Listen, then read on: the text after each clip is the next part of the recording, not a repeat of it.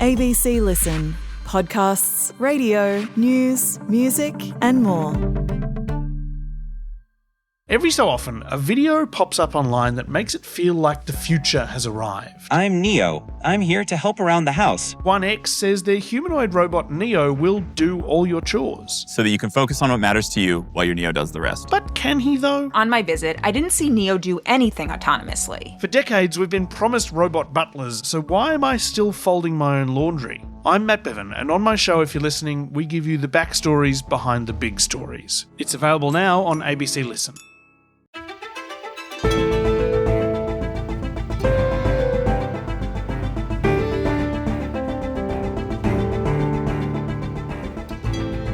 In the first week of summer, dozens of homes have been destroyed in bushfires at Dolphin Sands in Tasmania, on the New South Wales Central Coast, and at Bulahdelah, north of Newcastle, where a firefighter also died. Today, ABC Central Coast reporter Sarah Forster on the homes that were lost and the ones still standing after Saturday's fire, and an expert on building fire-safe houses in high-risk areas on which homes are prepared for the fire season ahead. I'm Sydney Peed. On Gadigal land, Sydney, this is ABC News Daily.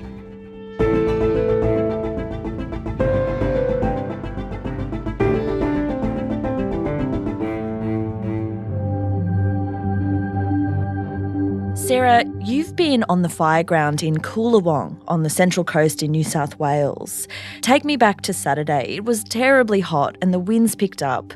When did it first seem like homes would be under threat? Well, in this situation, it all happened so quickly. As you say, we had the hot conditions. It was very hot and dry with a total fire ban, and it had been very hot and dry the day before as well. Heatwave conditions continue to grip large parts of the country. Gusty winds later this afternoon will add a layer of complexity for fire conditions.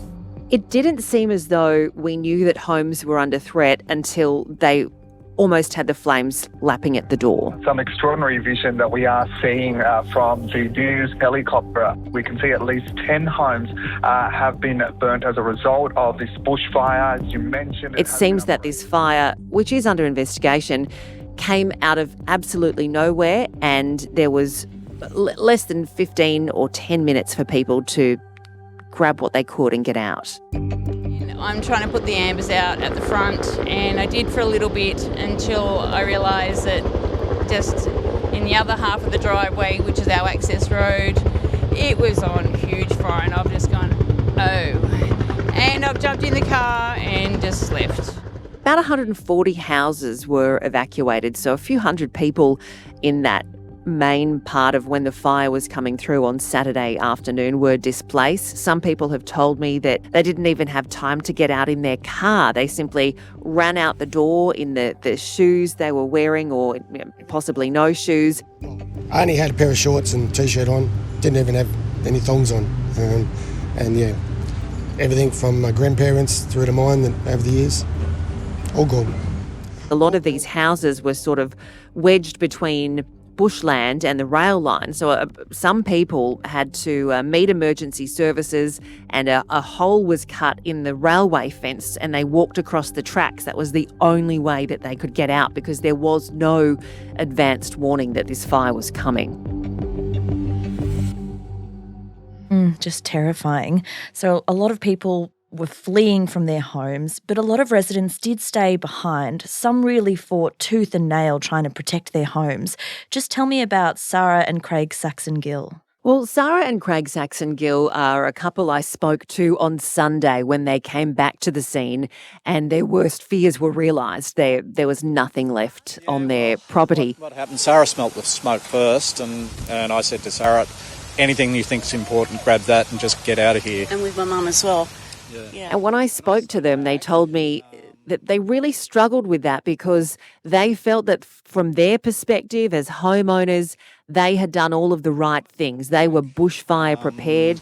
Yeah, basically because we had a sprinkler on top of the house, and we'd just cleared the backyard, and I stayed back to stuff rags in all of the gutters, which we cleaned the gutters the weekend before. It was fire ready. 100-foot hoses on each side of the house. Yeah, hoses around the house. Yep. And so we thought we were ready. Even as recently as the weekend prior to the fire, they had all clearing done under their home because it was a home that was partially on stilts and the grass can sort of build up underneath. So that was cleared. They had their hoses ready to go. They had bushfire sprinklers on the roof of their home. And indeed, Craig mentioned to me that he'd been through a bushfire scenario there about 20 years prior when he blocked his gutters, turned on the hose, filled up his gutters. So if there were embers and spotting, the embers would extinguish in that water around his home. It didn't play out the same way this time, even though he hoped it would have. And so we thought we were ready. So I stayed back to stuff the rags in the gutters and turn on the sprinkler on the roof. And when I turned it on, there was no water pressure. And they weren't the only ones. 16 houses burnt down in that bushfire. 9 were badly damaged. Sarah, you've been there over the past few days. People are returning to find they've lost everything. What have you seen? Look, overwhelmingly, I think the feeling is that these people are stoic and they are incredibly brave. So people are there standing where their homes once were. Some have told me of their intentions when they're allowed to pick up a rake and sift through and see if there is any piece of anything that was in their home that they can salvage and take with them. It's strange to understand how one house could burn to the ground and then the house next door to it is still standing. It's an awful sight.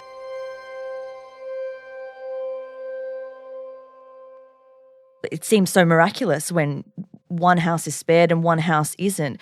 Do any of those residents have a sense of what might have helped them? Were they newer homes? Had they done a lot more preparation for the fire season? Well, there were some homes there that are newer and they were built to more modern codes, including being bushfire resistant. They were built by a local builder, Steve Foskett, and he actually stayed to protect his home as well. So his home was built to code, like a few of the others that he built along that stretch of road in Koolewong. And then I looked up the back of my place and it was all alight, so I spent the next 3-4 hours up there putting out spot fires and doing a trail break. Yeah. And I'm building a house right next to the one that went down. I just built a house right next to the 2 that went down. And it's fire rated, so probably saved it, who knows. But certainly the more modern homes that were built to those more stringent codes, they have held up, but they do have significant damage to the exterior and around the yards as well. Okay, Sarah, well, the mop-up has certainly begun now. What is the community feeling at this moment? What are they in need of? I think they're in need of support for the people who have been displaced, support to have a roof over their head for the coming weeks, months. It could even be years. It's difficult terrain. It's going to take a long time even for some parts of that stretch where the fire went through to be declared safe for people to move back in, even if their home wasn't damaged. There are people who weren't homeowners, who are renters, who may not have had insurance on the things in their home. So some people are going to be absolutely starting from scratch.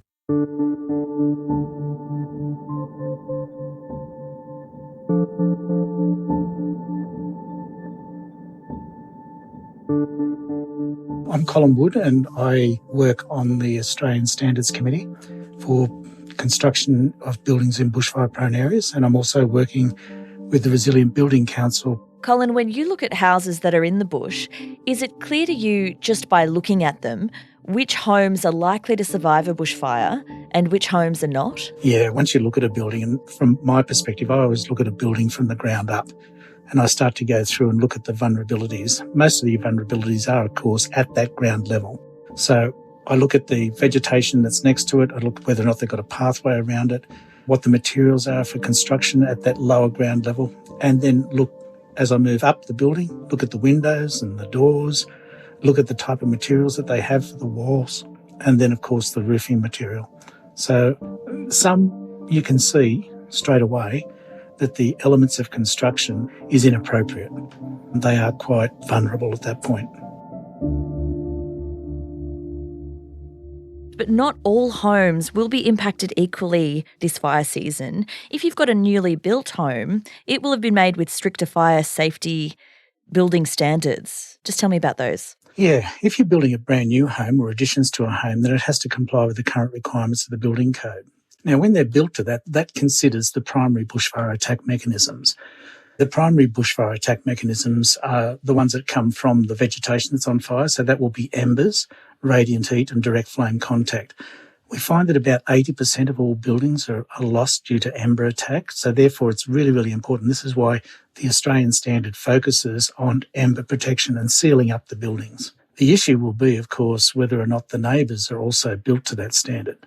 Because if the neighbours aren't built to that standard, then you could see building-to-building fire, and that can make those new buildings quite vulnerable in a bushfire situation. And these building standards have been in place for a long time now, but they've also improved a lot over time. So what does construction require now that makes homes so much safer in bushfires? Well, it puts it down into what we call a BAL level or a bushfire attack level. It's basically predicated on the distance you are from the predominant vegetation that's on fire. So the further you are away, the lower the number you get. We have 5 of them, which is BAL 12.5, 19, 29, 40, and of course flame zone. I like to say to people that it's like a campfire. The further you are away from the campfire, the less radiant heat you get. The closer you are, the higher the radiant heat. Once you've determined your BAL, the construction requirements are set for the subfloor supports, the floors, the walls, the windows and doors, the roofs, verandas and decks, and finally, of course, water and gas supplies. So the higher the BAL, the more stringent the requirements are for those elements. Is it just a matter of the materials that are used, or is it sort of the way the houses are designed as well? Oh, it's a bit of both. The Australian standard doesn't look at design, but it does look at the materials. So materials like in the lower BALs, you'll be able to use some timber. Some certain timbers can be used in those areas. But as you get up into BAL 40 and BAL flame zone, it's a timber-free zone. And they're looking at non-combustible materials as they go through there. But the thing is, so many older homes across Australia are really vulnerable to bushfires. How big a problem is older homes when it comes to fire safety? And what is it about them that makes them particularly vulnerable? Well, we like to call the older homes the legacy homes. They're the homes that are built prior to any standards. They can be quite vulnerable, but they can also have some means of protection already inherent in their design. So you could have a brick veneer home that really will perform quite well in a bushfire situation. But it's all about sealing it up, because if you don't seal up in and around your windows and your doors and your roof, you're going to have embers inside the building. Once they get inside the building from the predominant vegetation, then that's going to be a problem for you. Of course, if you have landscaping right next to your building and that catches fire, that's going to put direct flame onto your building. So you've got to look at those too. There's lots of things that you can do to an existing building to have it upgraded.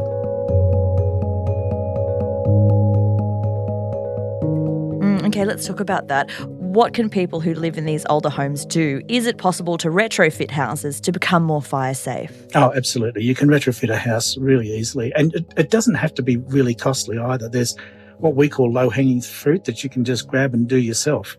And a lot of that is just clearing things away from the building, combustible things. Get rid of that garden furniture that's right next to windows and doors or glass sliding doors that you might have on a deck. Don't store things underneath your building. If you do have landscaping around your building, keep it 1.5 metres clear of the building so that it doesn't actually direct a flame directly onto the building. There are other things like things that people don't think of is cars and boats and caravans, because all those can be ignited. And if they're in an open carport and you've got a window going onto those areas, when they're flaming, they'll smash that window and you've got a fire in your building. So you can lose it quite easily from that. They're the secondary fire impacts, and people have control about that.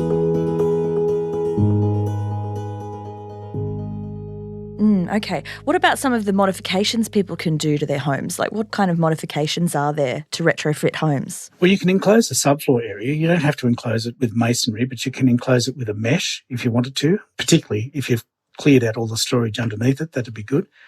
You can also put screens on windows. You can put draft excluders on doors. You can go and get these seals that you can get from any hardware, and you can seal where the wall hits the window and the door. And you can also seal around the corrugations of the roof. Easy stuff. With a little bit more money, you could put gutter guards and valley guards on the house, but that's getting up to about $5,000 a home, so it can be quite expensive that way. Is it a problem to have people living in homes that are at higher risk of burning down, in places that are very prone to bushfires? Can anything be done about that? People like to live in the bush. I get that. I live in Katoomba, so I know what it's like living in the bush. But I think that what people need to understand is that if their home isn't built for it and there is a bushfire, that they need to get out early.